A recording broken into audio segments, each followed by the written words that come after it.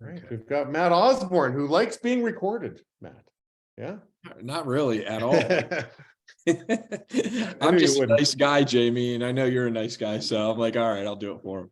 Yeah, we'll go easy on you, but Matt, we certainly like, having you on our call. I mean, it seems like every 6 months I'm getting you on these calls now because everybody's intrigued with, I don't, keep me straight on the amount of time. I mean, obviously you ran a high performing deal. Last week we had Ed Cunliffe on, dude ran, I forgot, Ed ran, I think for 3 years straight, he ran the #1 office, in Sidcor.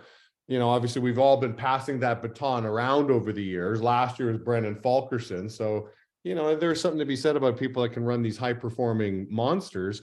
And you were, no slouch, but then you stopped running a deal to really focus on your org. I want to say for around 7 years. Do I have that right? 7 years? Yeah, it seemed like 3 or 2, but yeah, it was 7. Yeah.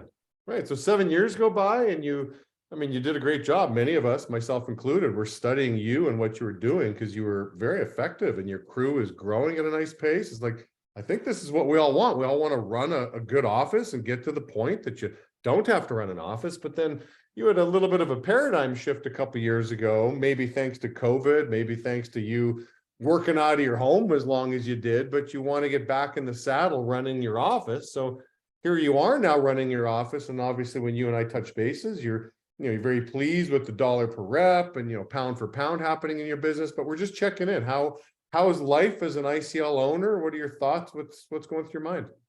I'm learning a lot. It's fantastic. I think the main thing, the fundamentals haven't really changed. I think the economics have changed in 6 years. We know for certain that they've changed since 2019, right? So, yeah, running, it's interesting. You said have to versus, and I kind of feel like I get to run an office again. And so, but I think at one point I was like, man, that'd be cool if I didn't have to. And now I almost feel like I don't have to, I just get to. And I think this time around, and for the last 6 months, I think it's been, it's just been I've been using different parts of my brain. It feels like, Jamie, and it feels like I'm, in some of the relationships that I built in that office, I remember having in the past, and I forgot what it was like to be able to go through some of the ups and downs with the new people and the leaders, and experiencing some of the disappointments, and it's actually made my life better. Like it's made it better. It's fun. I kind of I tell people this all the time.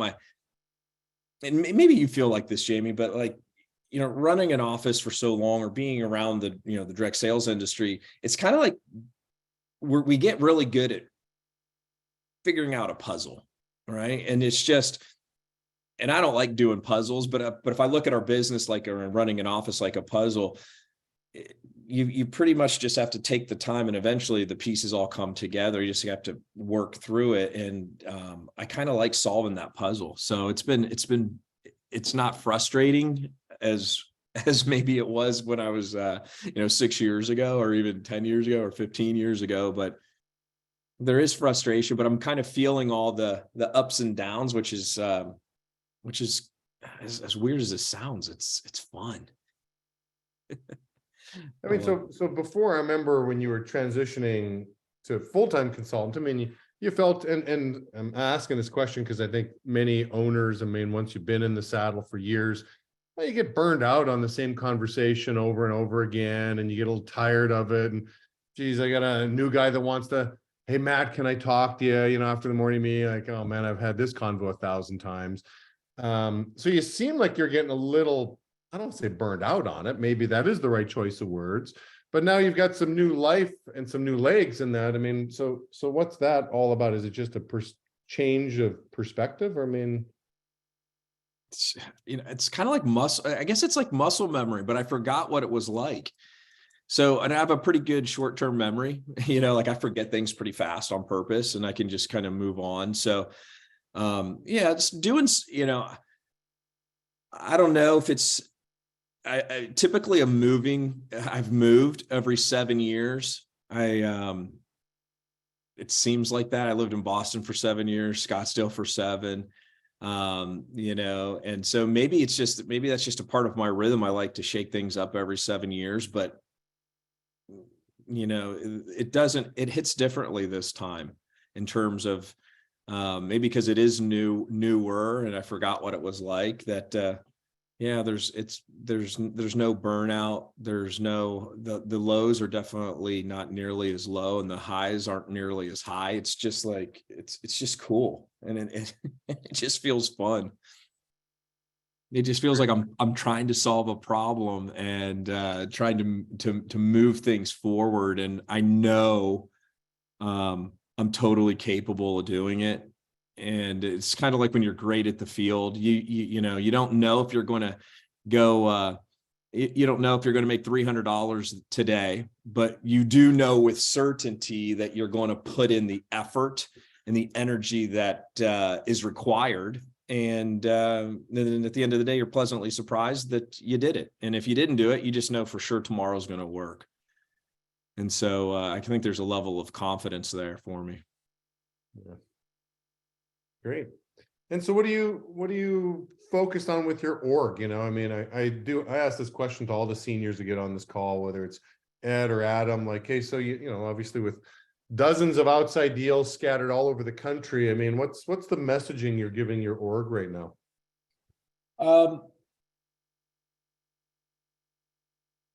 Right here. I've been, when you get it kind of goes back to what you were saying, 7 years, I wouldn't say I stepped away from anything, but I really stepped away from the running an office, certainly, but it was more, so I wasn't a part of like the day to day.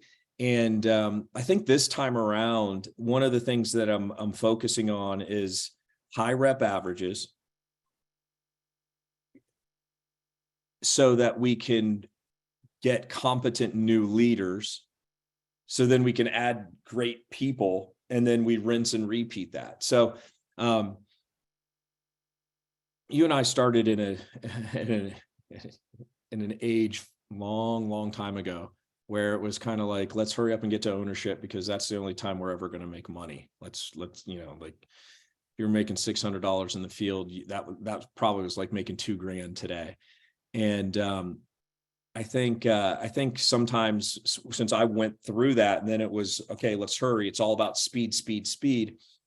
I think the first go around this time, I kind of looked at it like a business. Okay, what could be the best gift I could give to one of my outside deals? Well, for me, it's like, what would make me the happiest? Like when I think of like about them, when I look at them, I really want them to have a really strong ICL that has high rep averages, which typically means less turnover, which typically means happier reps.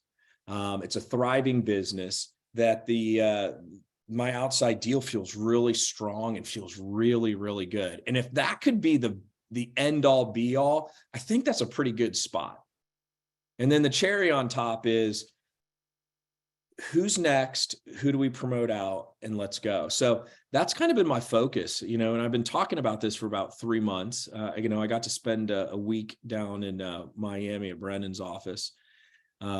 Just being a total sponge, asking questions, not giving my opinion on anything, not saying, well, we do it like this and this. I was just like, hey, tell me what are your thoughts on crew night? What are your thoughts on one-on-ones?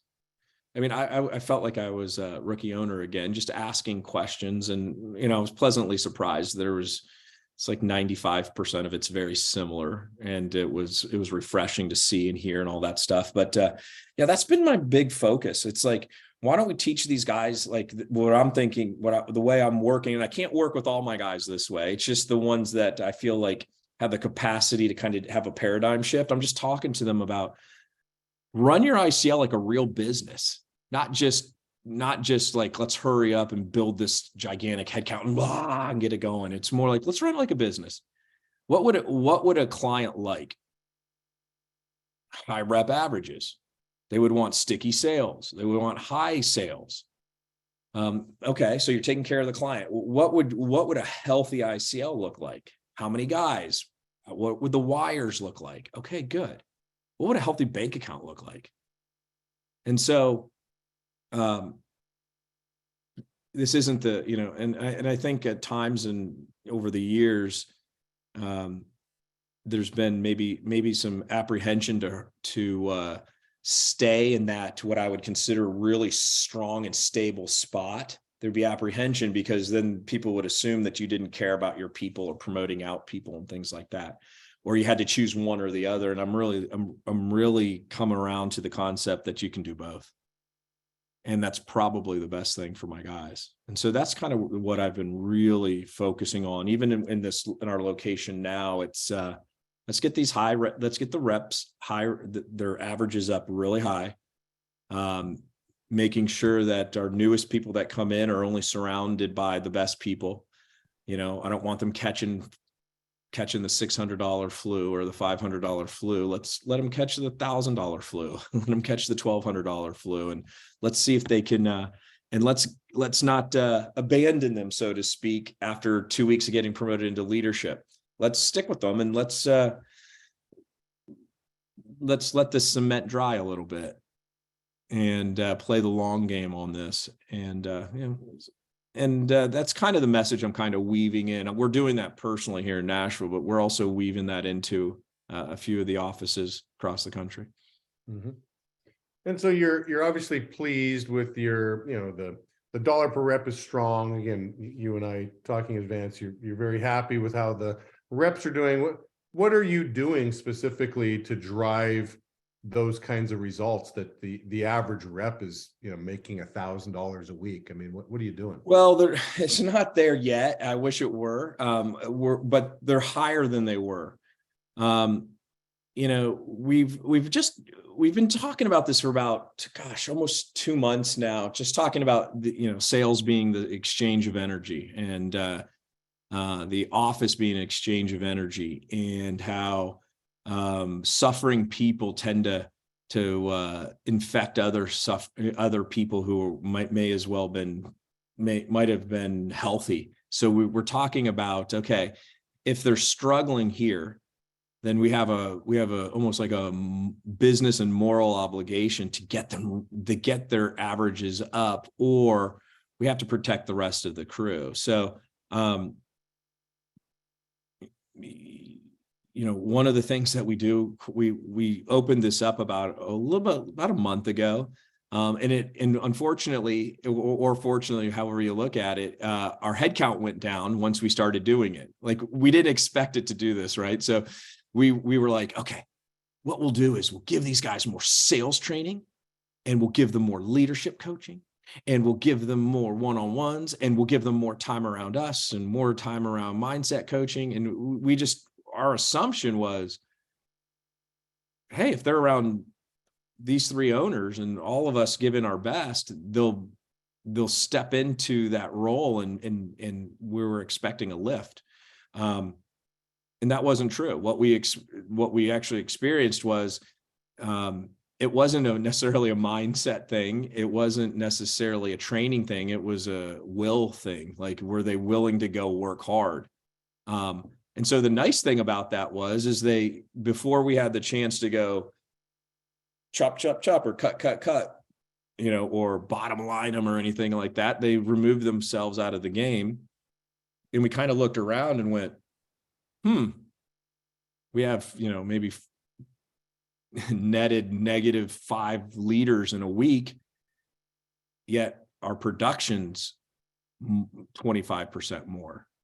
And the office just felt light and airy. And then we stuck to that same strategy of more time with our people, making sure that sales training was a big piece of that. And what we're doing is we're watching the averages go up, and everybody's having more fun. And I wouldn't call it the weaker links, because that just sounds horrible to talk about people like that. But, it's just the guys that, hey, if you're there to do great sales and just to make a lot of money and just to feed off the energy, cool.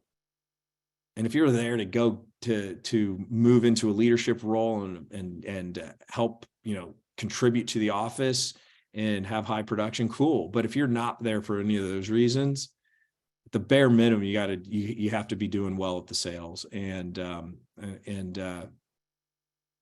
those people remove themselves from the game, and now we're building it from strength. Great. All right, you guys, last 10 minutes, we're going to open it up for questions for Matt. So don't be shy here.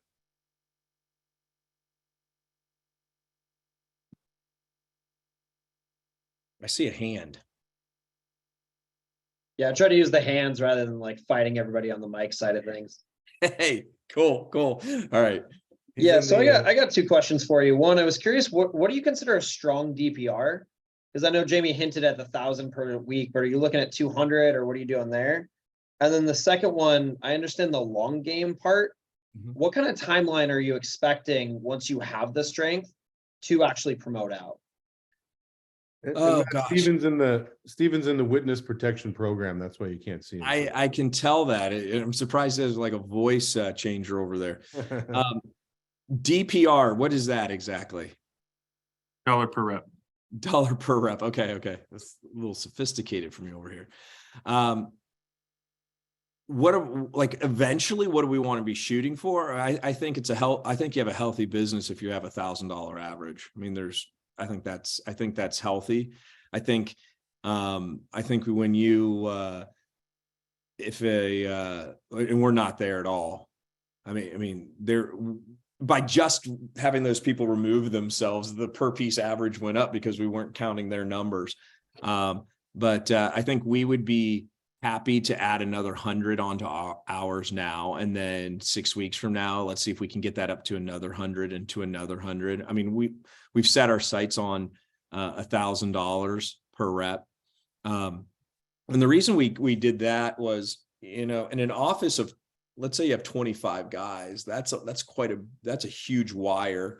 And not only that, it allows you to promote out and not rebuild, and it allows you to reload. And so there would be nothing better than sending an assistant manager with a minimum of 5 people averaging $1,000, assistant managers probably doing 1,500, and knowing that they could go anywhere in the country and go put up those types of numbers without any fear or stress of them needing to shortcut anything or cut corners or hire so many people because they have to hurry up and do it because they need people in stores and they need to make their break even. With 5 people doing $1,000 a piece and the owner doing 1,500, you're not on shaky ground. You're on a nice foundation for growth. And then anybody that comes in that office is going to feel that energy too.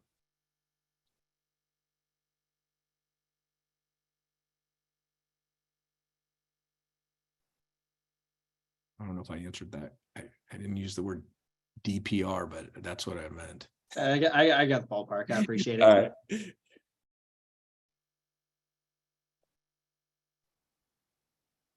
All right, who else has a question? Matt, I've recently been going through training stuff, and I realized a lot of things from probably 2005 are missing, like bullet theory, stop sign theory. Have you noticed that? Did you go through your training and just be like, where's all our stupid little things we used to teach, like attitude equals 100? Not really. I feel like it probably wouldn't hurt for me to go back and look at that stuff, but I think we're already full of things that are very similar to that. I will say there's a tendency for us as owners, the longer we're around, we want to not play the simple game and we want to make it complicated because it just makes it more interesting to us.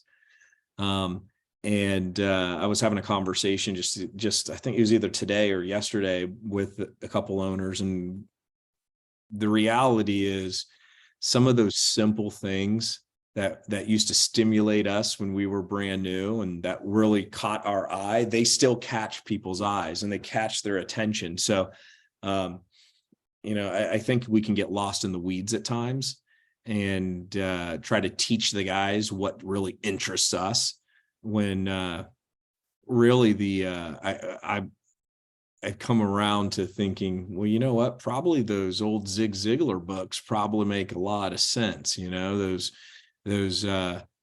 because everybody just took that information and twisted it whatever way they wanted to. But we were having that conversation yesterday because you guys have felt this way, right? You're like, man, I don't have any good material.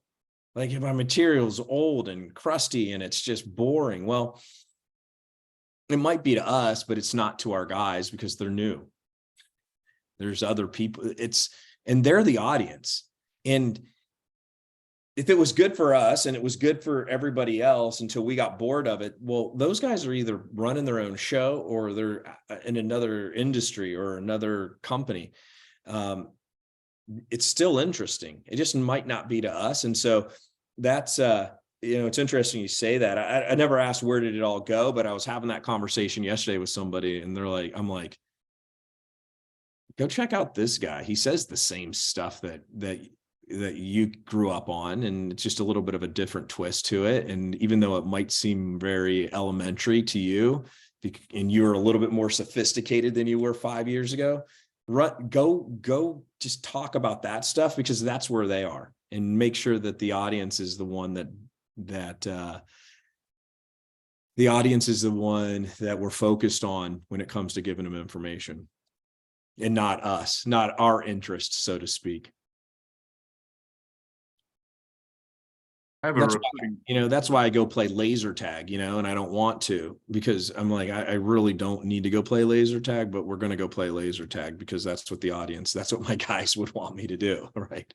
I can only play ping pong so many times, but that's actually fun for me. So I'll play ping pong with them, but it's about my guys, and I'm seeing their results. Sorry, Gareth. It's all right. I cut you off.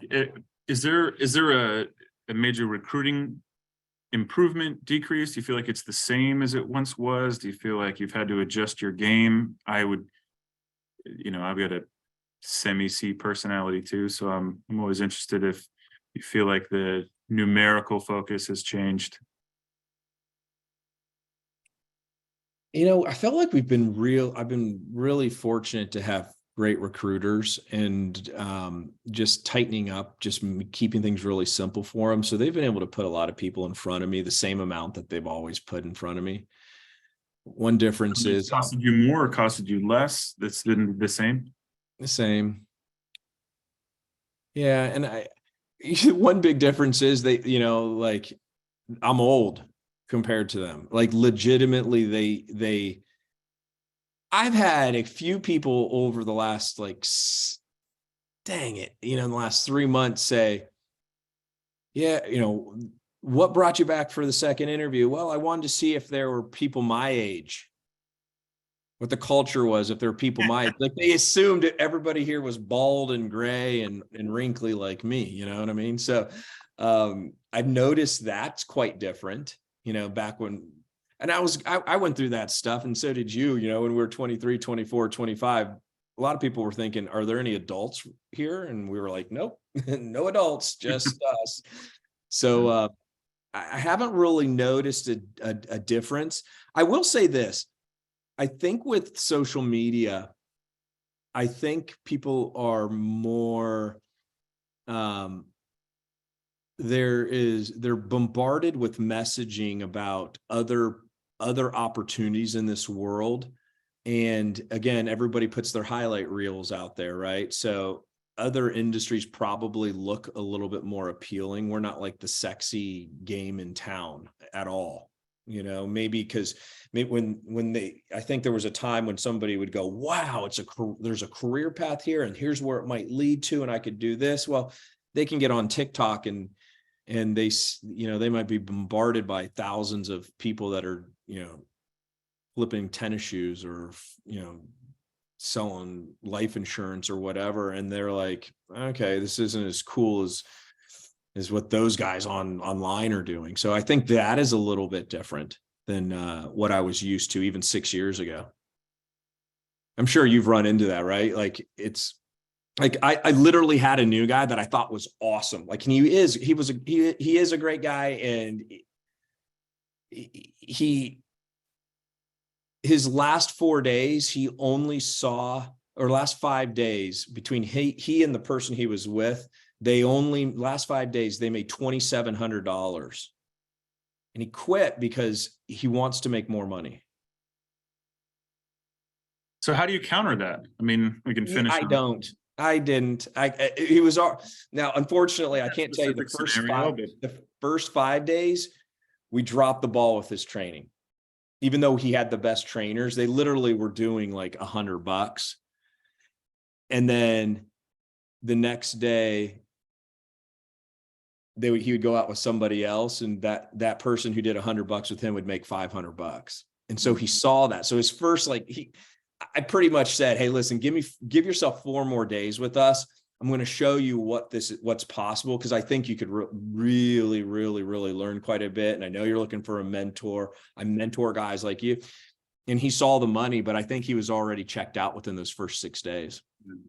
Is there anything that you're doing to counter we'll just call it the TikTok revolution? Or are you just sticking to tried and true? I think people are smarter than I give them credit for. And so, I still truly believe, I like when I started, I was, even though I was super ambitious and I was like, I want to do commission sales and I want to make a ton of money, I still deep down inside was worried that I wasn't going to be able to do it. And within that first month, I was still like, oh my gosh, this is hard, but I have a community around me of people that are helping me grow.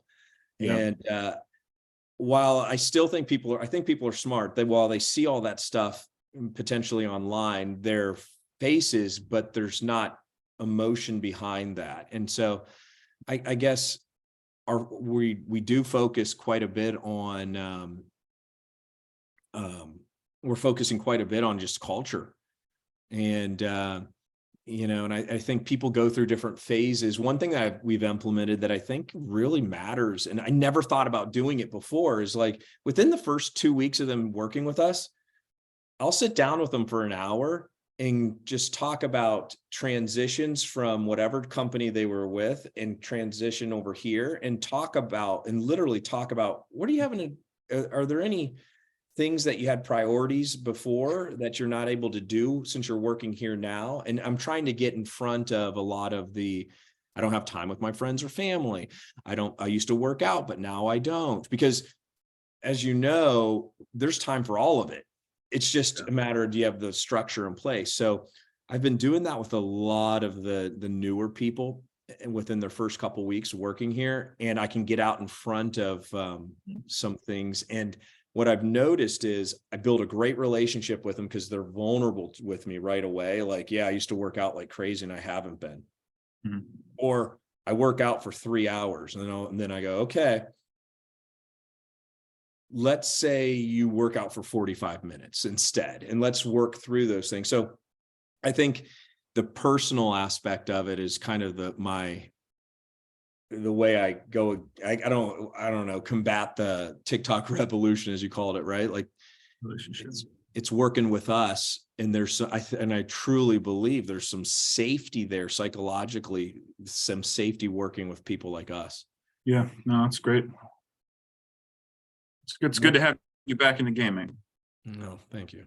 And Matt, we're gonna check in with you again in about 6 months, so be prepared. And so, 6 months, we'll just keep checking in, seeing how things are going, what you're learning. And again, I love the fresh legs and the appreciation for ownership. I mean, I think a lot of times people get in the grind, and you don't realize how good you have it. Being the boss, being around the fountain of youth. I mean, I've been saying for 20 years now that I'm 25 years old. I mean, why do I say?